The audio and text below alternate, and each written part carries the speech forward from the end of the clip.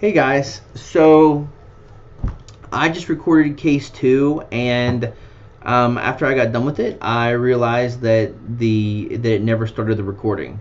So I've already completed case 2, and I can't change that. So what I'm going to do is I'm going to walk through it step by step on how to do it, but I can't actually do it again because I've already done it once. So if we look at page 52 in your book, it starts case 2. It says your company is a distributor of remote control toys located in California. The company does not collect sales tax since all of its customers are resellers. They began their business in 2018 and want to use QBO starting January 1st, 2019. Beginning balance as of 12/31/18 has been provided below. You must make changes to your company based on what you learned in the text, and using the sample company you're to make the following changes. So basically what it wants you to do is make changes to your account. So to do that, you're going to go to this Gearbox account and settings, and the very first thing that I did was I changed the name. I changed the name to case 2 and then your name right here. Now this makes sure that whenever you print it off or you pull it off to upload to Canvas, you know what case you're dealing with, and I know what student it is. So this is where you're going to pull that off. This is where you're going to put your company name. You're going to change that. That's step A. Step B says turn sales on. Now to turn sales on, we go back over here to sales and we make sure that it's turned on. And it wants you to make sure you track your quantity on hand. And so that's already turned on here. Track inventory, track quantity, price, and rate. Those are both turned on. So there's nothing you need to do there. That was done from case 1. Your expenses says turn on track expenses and items by customer. You go to expenses and you look to see that this is turned on. These are all been turned on previously in case 1. So there's nothing for you to do here. Your payment terms are net 30, which are the same here. And no changes to payments. And advance, you're just going to turn on those 2 services. So if you go to advance, these are services are already turned on from last time. Time tracking, add service field to timesheets, it's already turned on, and make single time activity billables to customer. That's already turned on. That was because it was done in case 1. Number 2 says create new accounts and related beginning balances as follows. So just like case 1, we're going to exit out of this. We're going to go to my accounting chart of accounts, and the place you would go is just new account. And I've already created these, so I'm going to show you where they are. You're going to do new account, and I did a bank account checking 2 right here. So I created this account, and that doesn't look like I want it to look for you. So let me go back here and see if I can't get a different view. Edit. Yeah, I went to edit. So I opened up a second banking account because it says in case 2, open up a checking account. The type is bank, the detail type is checking. The name can't be the same as any previous name that you have. So I changed it to checking 2 or checking case 2, and the description I put in case 2. Now I did this so that I could reference it in the future. The only time I'm creating this second account for case 2 versus just for case 1 is when it tells me to, which is in problem 2 or step 2 of case 2. The balance was 5,000, so I just put 5,000 in the balance. As of date, the as of date is important. You need to make sure that that as of date is 12/31/2018, as it is listed in the problem. Otherwise, you're going to have a ton of issues when it comes to reporting, and that wouldn't be good. So that's how you do your account. When you're done, you save and close, and you move on to the next one. Next one is fixed asset. Now, this fixed assets has an asterisk beside it. And it says below, when entering a new fixed asset, place a check mark in the track depreciation of this asset checkbox to reveal the original cost and depreciation text boxes. Enter the amounts from the above as positive numbers. So when we go to machinery and equipment, that's the detail type, and I can click on machinery and equipment and edit. It's going to tell me the fixed asset type is the account type is fixed asset, the detail type is machinery and equipment, the name is again machinery and equipment, I put case 2 as the description, so I know that I created this in case 2. And then I'm going to select right here, and it doesn't show it here because I've already done it once, right? I'm going to select right there, and it's going to say, is this account depreciable? And I'm going to put the check mark as yes. And then the original cost is $10,000, and the depreciation amount is $1,000. And then the date of the transaction is 12/31/2018. Once you enter those things here, which again you can't see because I've already done it, I did it and I did the whole case and it didn't record, so I'm trying to re-record it. You hit save and close when you're done. The next is long-term liabilities. Again, you would go to new, and then once you get to new, it's going to be able to give you an option for your accounts. Let me find my long-term liabilities here. Here it is, case 2. I'm going to edit. So I do account type long-term liabilities. So as soon as I hit new, it'll bring up this, or it'll look almost like this. And I click long-term liabilities from the drop-down menu. Notes payable from the detail type. I change it to notes payable case 2 because I can't name it just notes payable because that was done in case 1. Under the description, I put case 2. And then the amount payable is $12,000. That's the balance. And the date is 12/31/2018. Again, the date and the balance is crucial to making sure that it's correct. When you're done, you save and close. I'm going to cancel since I've already done it. The last one we're doing for step 2 is equity, common stock, which is the same way we did it in case 1. You go to new, and then once you go to new, it'll pop up looking like something like this, and I look for the account type and I find equity, and I look at the detail type and I select common stock, and then we already have common stock named in case 1, so I change the name to case 2, and then description is case 2.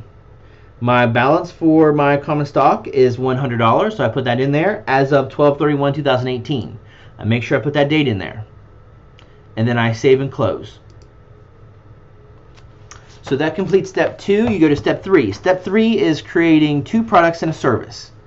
So again, to go to products and service, you go to sales, products and services, and I already have them created here. It was Rook 15. Nope, take that back. It was the Seawind Carbon Sailboat, and it was the Brune F830 Ride. Those are the 2 products I created, and the service I created was repairs. So to do that, it's new and an inventory item. Once you get to the inventory item, it would bring up this. I type in the name of the product, which is the Brune F830 Ride. The quantity on hand is 4. The date as of on hand is 12/31/2018. That's something that's going to ask you up here. No, where it says reorder point, but whenever you create it for the first time, it's going to ask you. It has a sales price of $1,500 and a cost of $800, so I put those 2 in there. It says that my income account for my products is going to be sales, so I made sure I put on the drop down menu and selected sales. And then for my expense account, it's going to be cost of goods sold, which is what it was. So here the important things to remember is you got the name in right, you have your quantity on hand, you have your date as of on hand, which was 12/31/2018 for case 2. You have your selling price, you have your cost, you have your sales as your income account, and your cost of goods sold as your expense account. So then you save and close. You create your second good, which is the Seawind Carbon Sailboat, by going to new and then inventory up there. And then I'm just going to open mine up so you can see it. And I put in the name here, Seawind Carbon Sailboat. Seawind Carbon Sailboat. Initial quantity is 3 as of 12/31/2018. That gets entered right below it. And then my sale price is $1,200 and my cost is $620. And my income account is sales, and my expense account is cost of goods sold. Once you got that done, you save and close. And the last thing you need to do is step B, which is your service. So for your service, you're going to go to New, and it's going to be Service. You're not going to select Inventory. It's going to be Service, and your service is going to be called Repairs. It's going to be $45, and the income account is going to be Service. Now, this income account service will already be listed as an item for your drop-down menu because we created that item in case 1. But you'll probably have to change it in the drop-down menu to Service. So it's Repairs, $45, Service, and then you can save and close. Step C says, make changes to the following accounts via Journal Entry 1 as of 12/31/2018 with an offset to opening balance equity. Now, something to keep in mind, you're not going to be using Entry 1 because Entry 1 was used a long time ago in Case 1. The entry numbers were created for you to use as a reference, but at the same time, it doesn't make sense the way that it was created because you're not going to start new each case that you do. So case 2 is not going to start at 1, case 3 is not going to start at 1 because case 1 started off at 1. So you're going to go to your journal entry, which is your plus sign, journal entry, and it's going to open up a new journal for you to start. Now, whenever you start this, the biggest thing you want to remember is the first thing to do is you put your date in here, 12/31/2018. It's not going to say that automatically. It's going to say whatever the date was for the last journal entry that you did. So make sure you change that date to 12/31/2018. And then you're going to start entering these accounts in. Now, I've already done it. It might be in my number 5. Yep, it's my number 5.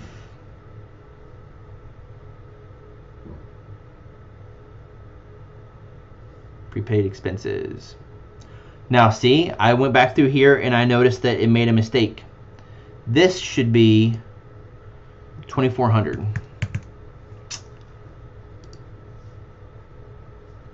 This should be opening balance of equity, the difference.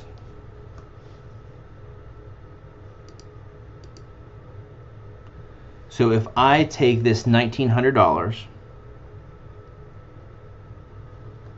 gotta get my calculator out, 1,900, and subtract the 3,325, I get 1,425.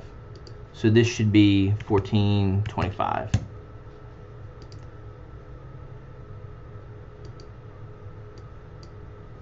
That did come out right. 2,400. So scratch that. I don't take the 1,900 and subtract the 3,225. I take the 3325 and subtract the 1,900. Sorry, I'm trying to rush through this and it's not the best thing to do. 1,425. So now these two balance out. So on step C, when it tells you to make the changes to the accounts via journal entry and then use the offset to opening balance of equity, this is how you're going to do it. Your first thing it says is accounts receivable of $925. So accounts receivable is an asset. It increases on the debit side, so you're going to put a debit here, $925. The name down here to the right is going to say Benson RC. It's a new customer, so you need to click on here and then add new Benson RC. Now I've already added it new, that's why it's showing up for me. But you add it new just like you did in case 1. Once you have that added new as a customer, you go to prepaid expenses and you find prepaid expenses in the drop-down menu. Drop-down menu for prepaid expenses is 2,400. Prepaid expenses is another asset, so it increases on the debit side. So 2,400 is what it says here. Now it's going to try to put $925 on the credit side, but you don't want it to do that. You want it to be on the debit side, the 2,400. It does that because it's trying to make everything balance 0. And by crediting at that point in time $925, it would make it balance 0. So you're going to make sure that it debits 2,400, and then there's no name here on the right hand side. The next account is accounts payable. Accounts payable is a liability, so it increases as a credit, and the amount is 1,900. You're going to go to the right, and it's going to have a name for a new vendor. And so you're going to create a new vendor like we have in the past by clicking on the drop-down menu, Add New. Make sure you select Vendor as the type, and then you're going to put the name in there. Once you've done that, you need to offset it to opening balance of equity, and you do that by just looking at the difference. This total, $3,325, subtract the $1,900 is $1,425. So you're going to put in the credit column $1,425 to make these two balance out. Nothing on the right-hand side, just right here. The date's right, and I'm going to save and close or save and new, whichever you want. So now I saved my journal 5 entry. So the next thing, and step 4 says close the opening balance equity account to retained earnings. Now I've already done that, but because I made a mistake here, I'm going to have to fix the mistake. I did that in journal entry 6. So I bring up journal entry 6, and it was 6,910, 6,910. So because that was wrong, I need to figure out how much I need to close off to. So because I know it's wrong, I'm going to go ahead and change these both to zeros. Those are the accounts that it's going to be, but I need to see where I'm at with it.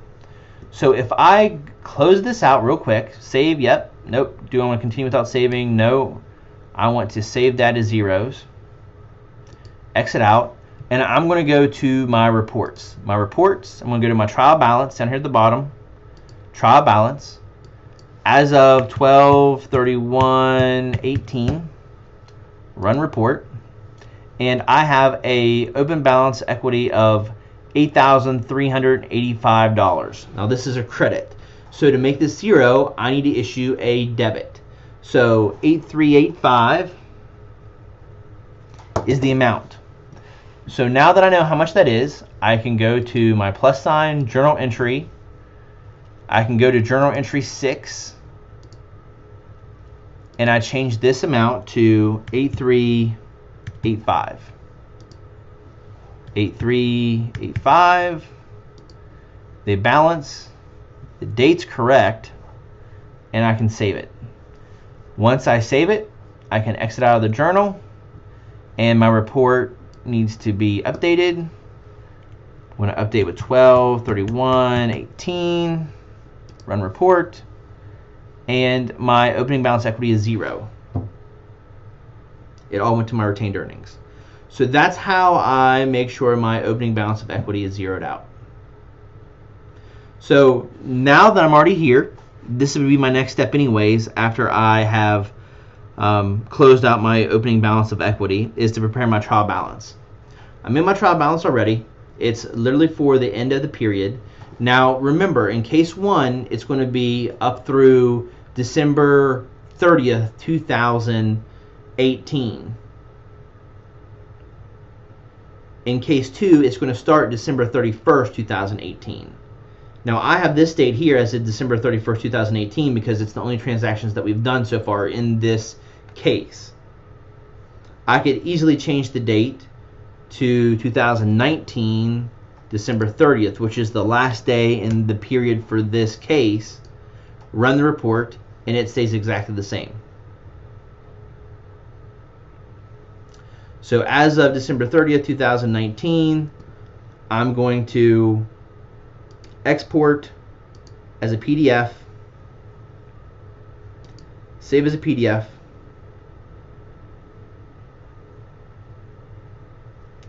and for my purposes, I'm going to print.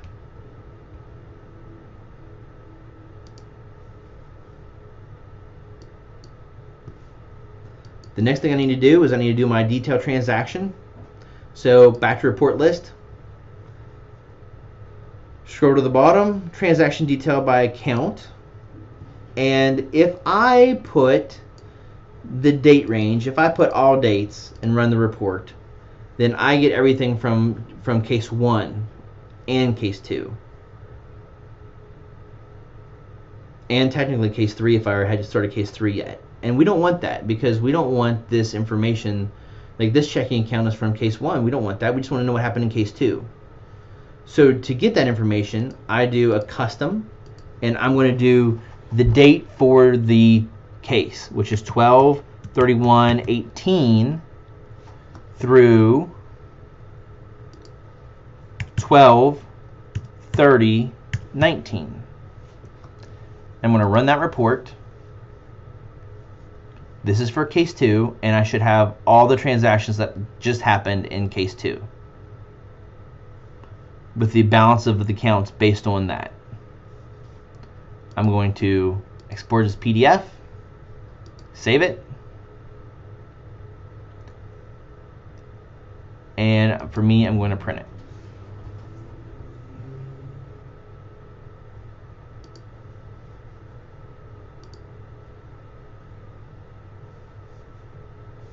Alright, so that's it. The big thing in case 1 and case 2 is making sure when you pull the reports off, you're pulling off the right dates, right? Because each case has a date range. Make sure you're pulling off the reports for that date range. Otherwise, your reports are going to have data from other cases on them. That's it. That concludes case 2. I'm sorry that it didn't record the first time and you had to watch an abbreviated version. Case 3 is going to be an interesting one to watch because case 3 is when we're going to start adding sales tax. So, I hope you guys look forward to it. Email me with any questions you got.